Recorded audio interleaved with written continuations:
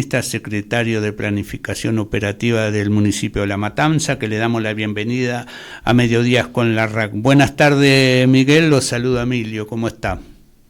¿Qué tal? Buenas tardes, Emilio. Muchas gracias por el llamado. Bueno, Miguel lo convocaba porque, en primer lugar, además de su función, usted es un militante, un dirigente del Partido Peronista de nuestro distrito, y quería saber cómo está viendo todo esto después de lo que pasó el 7 de septiembre, este golpe que ha recibido Javier Milei y su política en la provincia de Buenos Aires. ¿Qué balance hace de esto? La situación, a nivel global, primero, creo que nunca, aquellos por lo menos que tenemos una edad parecida, pasados todos estos años de democracia, creo que nunca hemos vivido peor. Digo esto para decir algo concreto, más allá de lo ideológico, nuestras ideas o nuestras militancias. Lo concreto para nuestra ciudadanía, para nuestros vecinos, para nuestros barrios, es que es muy difícil encontrar otro momento en la cual se haya vivido peores que estos 2 últimos años, en la cual los cambios en los hábitos de vida de cada uno de nosotros, desde la alimentación hasta las situaciones más básicas, se han visto restringidas, ni hablar sectores específicos como el de jubilados y tantos otros, pero la realidad marca que estamos pasando momentos muy difíciles, y en los cuales la gente está desahuciada y solo en paz por un trabajo en conjunto de organizaciones como las de ustedes, los municipios, las iglesias, sectores intermedios y sociedades intermedias que dan un basamento para que esta sociedad esté en paz social, digamos, porque la verdad la situación es desbordante para todos y el trabajo tanto de ustedes como de otros sectores intermedios hacen de que esto sea una verdadera catombe. A partir de eso, obviamente, en los resultados electorales se empieza a reflejar esto mismo. Obviamente todavía, si vos me preguntás a mí, no estoy conforme del todo, creo que falta que mucha gente participe. Hay mucha gente que, vos sabés, Emilio, se ha desesperanzado con la actividad política, con los dirigentes políticos, y eso hace que, hay que dar bien los resultados.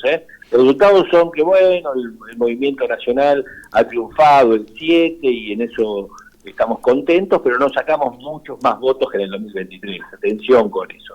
Sacamos igual o menor proporción. Lo que pasa es que muchos desencantados de Milei no han votado, mucha gente se abstiene. Y hubo un 40% de abstención, si hablamos en términos generales. Es importante igual la abstención, como usted dice, quienes no ven las elecciones o el voto como un instrumento político del cambio, ¿no? Sí, es lo que ha pasado, ¿no? La democracia ha desesperanzado a mucha gente, la democracia representativa liberal ha desesperanzado a mucha gente, y entonces esto también hizo de que el triunfo de Milei fuera posible hace un par de años. Claro. Y ese efecto todavía no se ha terminado. Por eso los sectores nacionales y populares, de un lado y del otro, deben tener mucho cuidado, porque estas son situaciones muy difíciles todavía. Se ha ganado por la gente que, se ha motivado en ir a votar y tiene un compromiso, como es el caso de ustedes, de nosotros, pero no es una mayoría todavía. Cuando uno ve las elecciones en todos lados, inclusive en Matanza, ve que hay una gran proporción de gente, que por ejemplo no ha ido a votar. Sobre todo estoy analizando, Emilio, estas últimas horas, las mesas, los circuitos y todo un trabajo electoral, sobre todo inclusive sectores juveniles. La merma se ha dado en muchos sectores jóvenes. Exacto, ahí ha estado el rechazo al voto, ¿no? Principalmente, podemos decir, ¿no? Yo digo que ahí hay muchos jóvenes y no los cautiva la política o los dirigentes actuales de la política, y por el otro lado hay algún votante joven de Milei que han visto a sus padres, sus abuelos como han sufrido estos 2 años, y no van a votar al peronismo, pero no van a votar y han dejado de ir a votar. Se nota mucho esto, Emilio, en el cordón que ustedes conocen tanto, en el último de los cordones. Cuando uno ve la merma en votantes, se da más en el último de los cordones que en el primero. Así como en el tema etario ha votado menos gente joven y más gente de mayor edad. Claro. Esas son situaciones que nosotros, que tenemos una clara convicción y sabemos a dónde vamos y qué queremos, también tenemos que analizar, ¿no? Tener la autocrítica suficiente de que acá hay mucha gente que está fuera del sistema, o fuera por lo menos de la llegada nuestra. Ustedes hacen muchísimo esfuerzo, yo a mi manera también, de comunicar, de tratar de llegar a la gente. Por eso agradezco el llamado y el esfuerzo que hacen ustedes. Ahora, Miguel, ¿cómo revertimos esa desesperanza, esa desazón, esa incredulidad con respecto a la política como instrumento para resolver la vida cotidiana de la gente? Porque si bien está el gobierno Milei, tenemos que ser claros que esos sentimientos vienen desde antes, cuando a veces desde el gobierno no se le ha dado la respuesta con las expectativas que se ha generado, ¿no? ¿Cómo hacemos para revertir eso? En primer lugar, la actividad política y el movimiento nacional debe permitir que todos participen. Acá hay que abrir las puertas a que la gente muchas veces, si uno lo ve en la militancia y lo ve en la dirigencia, a veces lo ve inclusive en las candidaturas, está un poco cansada de no poder entrar a la actividad política o de no poder participar más plenamente.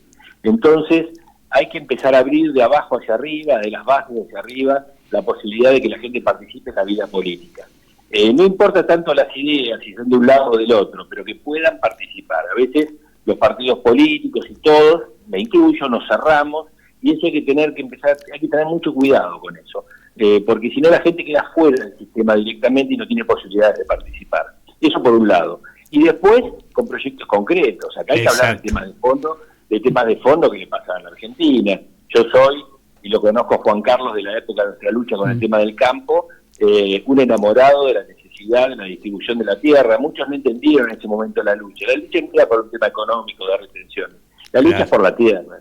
La lucha es por una distribución distinta de la tierra y una desconcentración de la propiedad, una desconcentración urbana de la Argentina. Bueno, es un tema muy profundo que yo no los voy a cansar, pero que aún sin vernos, yo lo entiendo de memoria muchas veces a ustedes y a Juan Carlos, aunque a veces ideológicamente tengamos formaciones distintas. Si no le damos esos proyectos... No, pero tenemos que estar por encima de esa diferencia ideológica política con un proyecto, un programa, una política de unidad como hemos logrado construir con Fuerza Patria ahora, ¿no?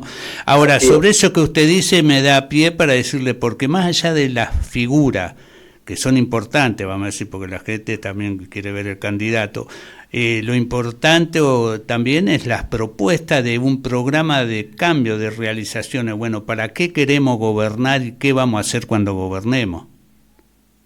Sí, totalmente, porque lo último justamente fue algo que a la gente la desengañó. Para gobernar es porque queremos una patria independiente, justa, libre y soberana, diríamos nosotros los que venimos más del peronismo, pero en el fondo eso significa más justicia social, independencia económica y necesidad de distribución de recursos y de terminar con la desigualdad económica. Hay principios de fondo que debemos volver a recordar. Si nosotros, por ejemplo, en estos años hay cada vez mayor concentración en materia económica y mayor concentración en la tierra. Yo soy un hombre ligado a la actividad, mi actividad privada particular es la producción agropecuaria, así que entiendo del tema. En estos años lo que ha habido, Emilio, es una mayor concentración de la tierra. No solamente no ha habido desconcentración ni descentralización, sino que cada vez hay mayor concentración. Entonces, uno de los ejes fundamentales es trabajar en serio en el acceso a la propiedad, en el acceso a la vivienda y al trabajo de la tierra de millones de argentinos. Tenemos un suelo muy favorecido en clima, en condiciones económicas y naturales. Bueno, es increíble, y yo trabajaría mucho en cada familia con su lote, un viejo proyecto que yo tuve en su momento, y la necesidad de trabajar en ese plano, ¿no? Si nosotros a la gente no le damos la posibilidad de tener su vivienda, su lote de tierra, su posibilidad de un futuro distinto, si no hablamos de esos temas que son los de fondo que hacen el futuro de mi hijo, de mi nieto, o de cualquiera de nuestras familias, bueno, la gente por proyectos menores y mezquinos y partidarios no se va a movilizar. Entonces, lo que tenemos que plantear son estos proyectos, volver a estos proyectos. Estos proyectos necesarios, por ejemplo, lo que te planteo desde que comenzamos el reportaje. Hablar del tema de la tierra, de los lotes, de aquello por lo cual, por ejemplo, nuestra gente vino a vivir al conurbano. La gente viene a vivir al conurbano y todos se quejan, ¿no? Los liberales generalmente se quejan mucho de esto. Hay que sacar el conurbano. La gente viene a nuestras tierras porque tiene posibilidad de acceder a una vivienda, un lote de tierra, una vivienda, de forma irregular, a veces sin escritura. Bueno, todo esto es lo que hay que cambiar, Emilio. Hay que lograr que la gente nuestra tenga escritura, hay que lograr que cada familia tenga su lote de tierra, que tenga una vivienda, y que, bueno, posteriormente después, aquellos que puedan tener inclusión, desarrollo productivo, bueno, encima lo podamos lograr mejor, ¿no? Por supuesto. Claro. Y Miguel, en relación a todo eso, que es el trabajo, ¿no? Que generar trabajo, producción para la soberanía y trabajo para la gente, porque hoy es un tema el trabajo en nuestras barriadas, ¿no? Más con todas estas políticas donde liquida la obra pública, no sé cómo se puede gobernar sin obra pública, ¿no? Sin generar trabajo para crear una sala, una escuela, un puente, una calle, cloacas, lo que sea, ¿no? Ni hablar, siempre voy a recordar el trabajo, por ejemplo, que también hicieron ustedes en Aguas y Cloacas, con las cooperativas, un excelente trabajo, y lo digo públicamente porque me lo dijeron empresarios privados de AISA en su momento, el gran trabajo que hicieron ustedes en eso. Bueno, esta es el tema, la obra pública bien empleada, todos los países del mundo, hasta los países más liberales, construyen con la obra pública. Es imposible hacer cloacas si no es con obra pública nacional. Entonces, nos han parado la obra en La Ferrer, que iba a darle cloacas a Virrey del Pino, a González Catán, a Pape, a Rafael Castillo y La Ferrer. Esa obra que en el último gobierno, en el gobierno anterior, se iba a avanzar con la planta potabilizadora en La Ferrer. Bueno, estos son temas fundamentales y de fondo que este gobierno ha parado. Y haces muy bien en decírmelo, porque la obra pública es fundamental. Lo mismo ha pasado con las rutas nacionales. Nadie avala la corrupción, pero el estado lamentable de las rutas nacionales, bueno, afecta directamente a la producción, al trabajo y a la movilidad. Entonces la obra pública, también en la construcción de viviendas, se cayó el índice de construcción, Emilio. Tremendamente se cae el índice de construcción. Entonces, tanto el público como el privado. Entonces, claro, si en dólares es carísimo construir. Entonces la gente no puede construir. Bueno, estas son las situaciones que de fondo hay que revertir. Porque ahí con el tema de la vivienda, que es clave, tiene que estar el Estado. ¿Cuánto tiempo hace que el Estado Nacional no tiene políticas públicas de construcción? Bueno, yo recuerdo, usted también, ya somos grandes, de la época del 70, los planes del peronismo, de la última gobierno del peronismo, del FONAVI y todo eso, pero después no ha habido una política permanente de construcción de viviendas populares. Es una gran verdad lo que decís. Hace muchos años, no es solo este gobierno, sino que hace muchos años que no hay planes de desarrollo de viviendas masivas.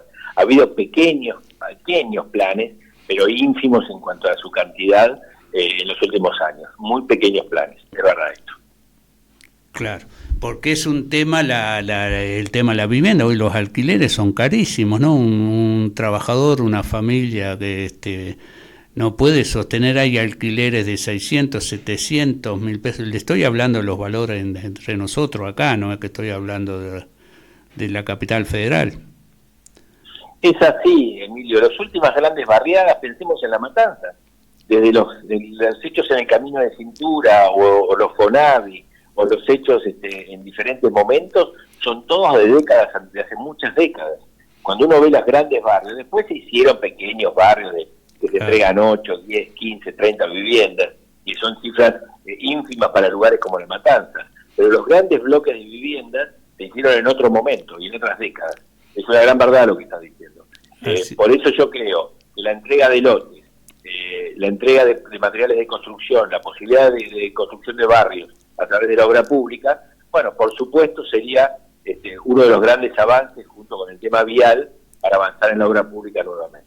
Porque todo eso de generar trabajo, además, facilita las condiciones de vida de nuestra gente en los barrios, ¿no? Con la urbanización, si hacemos un asfalto, una cloaca, un tendido de agua, un tendido de gas, o una iluminación y una salita, ¿no? Es clave esto que hablamos recién, y que ustedes hacían tan bien con las cooperativas, en el tema del plan de cloacas y de agua. El parado de la obra en La Ferrer, de la obra de AISA, eso es tremendo para nuestros vecinos de González Catán, de La Ferrer, de Virrey del Pino. Nos han parado el sistema cloacal del sistema Riachuelo-Río Matanza, que era una obra financiada del exterior, es verdad, pero que había avanzado bajo la presidencia de Marina Galmarini de AISA. Bueno, esa obra la pararon y esto nos afecta directamente, ¿no? Eso la gente tiene que saberlo, que la paralización de esa obra pública, cómo nos afecta a nuestra calidad de vida. Está bien. Todo eso tenemos que hacer para que vuelva, y para eso tiene que haber no tenemos esperanza que lo haga este gobierno, otra política y otro gobierno, porque vio que después del 7 de septiembre, que dijo el presidente en su primer discurso que iba a ser autocrítica, reafirmó todo el rumbo y el plan económico, no leyó nada. No solamente eso, Emilio, hoy dejó las retenciones en cero por 30 días, y aparte de eso, que es un proyecto que lo podríamos discutir con una visión global de estrategia de producción y de desarrollo productivo de la Argentina, pero no así hecho en 30 días, que lo único que va a lograr es que aumente la carne, aumente los productos de consumo masivo en este mes, sino además le otorga otro préstamo a Estados Unidos, y vaya a saber las condiciones que le va a dar. Nos vamos a enterar esta semana cuáles son las condiciones que impone Estados Unidos para el otorgamiento de estos fondos del Tesoro Nacional que le va a dar esta semana. Parece que el único política y programa de este gobierno es ir a pasar la gorra al Fondo Monetario Internacional y a Trump, más endeudamiento. Y más entrega, porque eso va a significar indudablemente una entrega absoluta. Hay que ver los votos en la ONU, cómo vota este país, cómo vota nuestro país. Es una entrega absoluta, hay que tener mucho cuidado esta semana, sigamos con atención la entrega del Tesoro de Estados Unidos, este dinero, ¿a cambio de qué? ¿A cambio de qué nos van a dar ese dinero? Y eso lo único que va a lograr es, ellos van a intentar que no aumente el tipo de cambio, que estos 30 días la situación esté en paz, para llegar a octubre y que la gente sea engañada nuevamente de que hay una posibilidad de salida. Y esto es muy importante, que ustedes, y yo te agradezco mucho el esfuerzo a ustedes como radio, a vos como comunicador, a todo el espacio que lo sigo por todas las redes generalmente, les agradezco mucho que lo comuniquen, porque lo que le falta al movimiento nacional también es comunicación, ¿eh? Le falta mucha comunicación al movimiento nacional. Hoy, en este mundo globalizado de las redes, vieron que causas hasta como la de Palestina, como han ganado furor y vigencia en el mundo por la utilización de las redes. Es muy importante, Emilio, el trabajo de ustedes. Yo lo intento hacer a mi manera también, como podamos, de llegarle a los vecinos diciéndoles la verdad, porque tenemos un equipo tremendo en contra, que nos opera permanentemente en los medios masivos de comunicación. Entonces, todos nosotros debemos hacerle llegar a los vecinos esto. Ahora van a intentar una jugada para llegar a las elecciones de octubre y tratar de que la gente se engañe con una estabilidad monetaria falsa, y que la gente diga, bueno, esperanzada, diga, bueno, vamos a darle una oportunidad más. Y eso va a ser totalmente grave para la Argentina si eso se produce.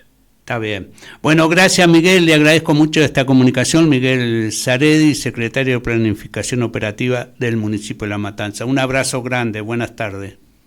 Un abrazo grande, Emilio, un saludo para todos los muchachos. Un abrazo grande. Adiós.